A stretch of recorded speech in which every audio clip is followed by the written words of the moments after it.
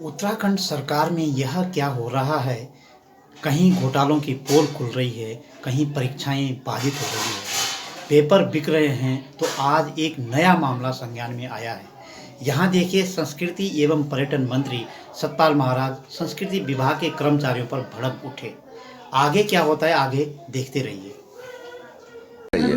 बहुत ज्यादा bill pending पड़े हैं और लोगों में रोष है। हाँ, कितनी पेंडेंसी कितनी है?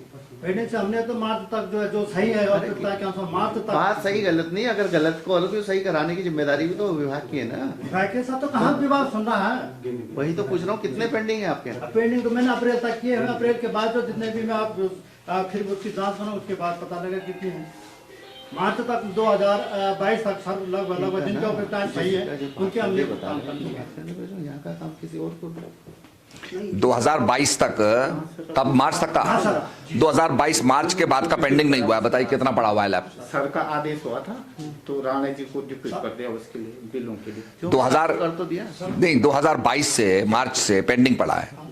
आप बताइए क्यों राणा? ये तो बता रहे हैं आपको डिप्यूट कर दिया। फिर डिप्यूट तो कर दिया सर, लेकिन यहाँ का हमारा सारा काम, फिर अगर मैं या तो फिर उधर ही जाऊँ, मैं इनकी सीट पे काम करूँ, तो यहाँ का काम ऑनलाइन का भी बिल ऑनलाइन भी करना है उन्हें सुपरवाइजर से।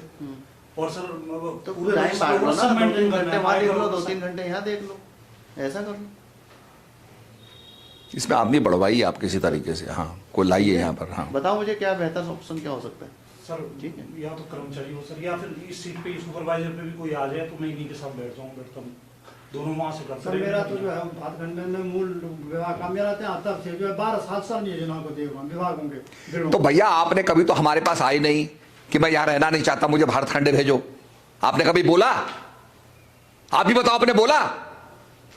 2022 से आप पेंडिंग पड़े रखे हुए हैं, कोई निस्तारण नहीं कर रहे हैं, और कभी आपने बात बताई नहीं। आप कभी मेरे पास आए?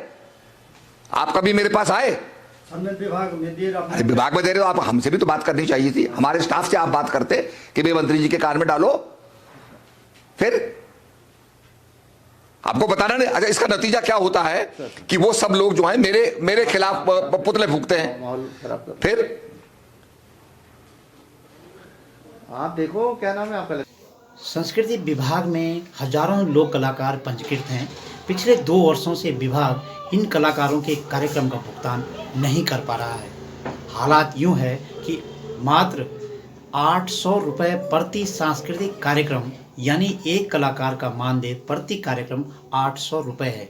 इसके बाद उन्हें जीएसटी भी भुगतान करना होता है। विभाग के कारनामे यहीं तक सीमित नहीं है, बल्कि और कई गड़बड़ झाला में फंसा हुआ है यह विभाग। जीएसटी इन कलाकारों पर क्यों लगाई गई, इसका जवाब विभाग के कर्मचारी ठीक ढंग से नहीं दे पाते हैं। मंत्री सतपाल महाराज की नाराजगी से यही लगता है कि विभाग ने मंत्री को भी अंधेरे में रखा हुआ है। आमतौर पर जीएसटी भुगतान का दायित्व वस्तुओं या सेवा आपूर्तिकर्ता का है। कई निर्दिष्ट मामलों में आयात व प्राप्तकर्ता पर यह दायित्व डाला जा सकता है। माल और सेवा कर महानिदेशालय के अनुसार सामान्य कैटेगरी के राज्यों में सालाना 40 लाख रुपए अधिक टर्नओवर सभी कारोबारियों को जीएसटी में रजिस्ट्रेशन करवाना होता है। हालांकि सेवा क्षेत्र के कारोबारियों के लिए यह लिमिट पहले की तरह 20 लाख रुपए ही बरकरार रखी गई है। जनाब, यह अब समझ में आ गया है कि संस्कृति विभाग उत्तराखंड में जितने भी सांस्कृतिक दल पंजीकृत हैं या जितने भी लोक कलाकार पंजीकृत हैं, उनमें किसी संगठन व व्यक्ति की साल भर की 20 लाख रुपए की कमाई नहीं है। इस तरह संस्कृति विभाग मनगढ़ंत नियम कानून कलाकारों पर थोपा जा रहा है। मात्र 800 रुपये प्रति कलाकार प्रति कार्यक्रम के मानदेय पर संस्कृति विभाग इतनी कागजी कार्रवाई करवाता है कि कलाकारों को भुगतान पाने के लिए पसीना बहाना पड़ता है। अलावा जितने भी सांस्कृतिक कार्यक्रम संस्कृति विभाग सांस्कृतिक दलों से करवाता है, वह सभी उधार में होते हैं, जिनका भुगतान 1 या 2 साल के बाद होता है। जीएसटी गुड्स सर्विस टैक्स की स्वीकृति के लिए प्रस्तावित कानून में बताया गया कि जीएसटी तय करने का अधिकार जीएसटी काउंसिल को दिया गया है, जिसे केंद्र और राज्य सरकारों की सहमति से तय करने की बात कही गई है।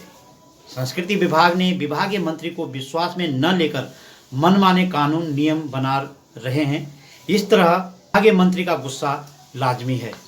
संस्कृति विभाग के और कारनामों पे अगले एपिसोड में मिलेंगे। इजाज़त दीजिए, नमस्कार।